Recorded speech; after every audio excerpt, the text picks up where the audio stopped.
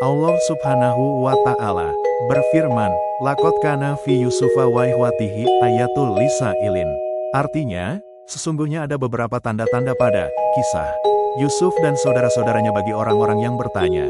Al-Quran Surat Yusuf, ayat 7. Dalam kisah Yusuf dan para saudaranya menyimpan begitu banyak tanda.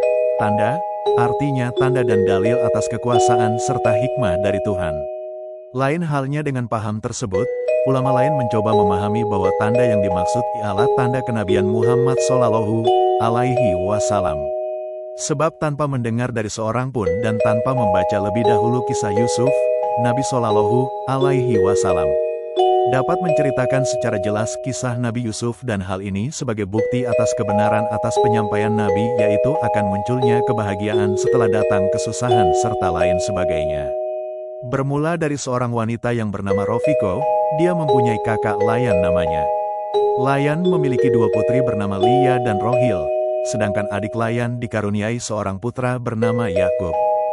Berjalannya waktu, kedua anak dari kakak beradik tersebut beranjak besar. Layan menikahkan putrinya bernama Lia dengan putra adiknya yang bernama Yakub dalam mengarungi menjalani rumah tangganya. Sepasang kekasih itu dikaruniai 6 putra bernama Rubil, Syamun, Lawa, Yahuza, Zayalun, Yasyajir. Dan pada waktu itu Yakub mempunyai 2 budak yang melahirkan 4 anak laki. Laki bernama Zan, Naftali, Gad, Asyar.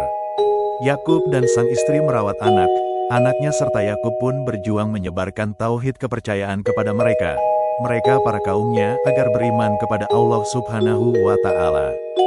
Dengan penuh sabar, di tengah perjalanan hidupnya dengan Lia, kedua budak dan 10 anak serta perjuangannya di tengah para kaum, tiba Allah memanggil Lia ke sisinya. Dalam kesedihannya, Yakub menerima semua apa yang terjadi dengan ikhlas dan sabar. Di tengah kesedihan dan perjuangan setelah Lia wafat, ayah Lia, Layan, menghibur Yakub dan menginginkan Yakub kembali menjalani tali pernikahan dengan putri keduanya.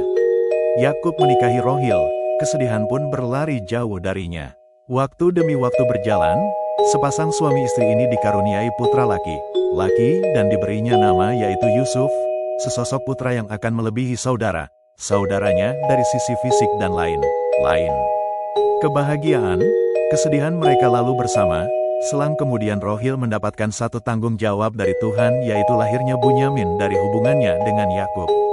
Ingin hati memeluk gunung, Yakub hanya bisa berpasrah dan berdoa serta menguatkan ketabahan dan kesabarannya sebab kepastian Tuhan tak ada yang mampu menghindar. Rohil pun dipanggil olehnya dalam kondisi nifas setelah melahirkan Bunyamin. Sebagaimana penyampaian sebagian ulama, Warohil matat fi nifasi Bunyamin. Artinya, dan Rohil meninggal dalam kondisi nifas setelah melahirkan Bunyamin.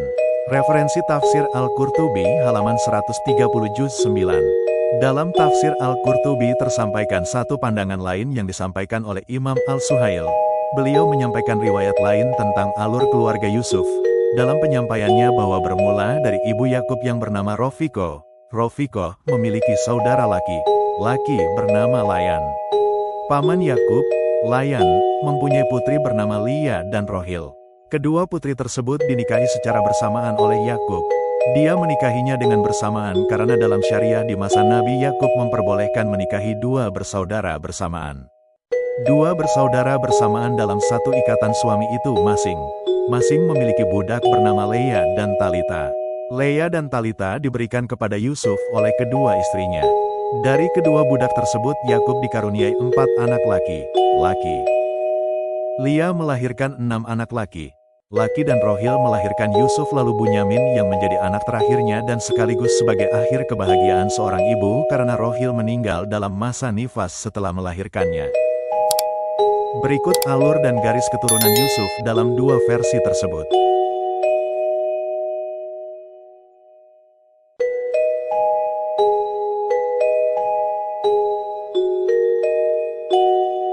Demikian kajian surah Yusuf ayat 7. Semoga bermanfaat.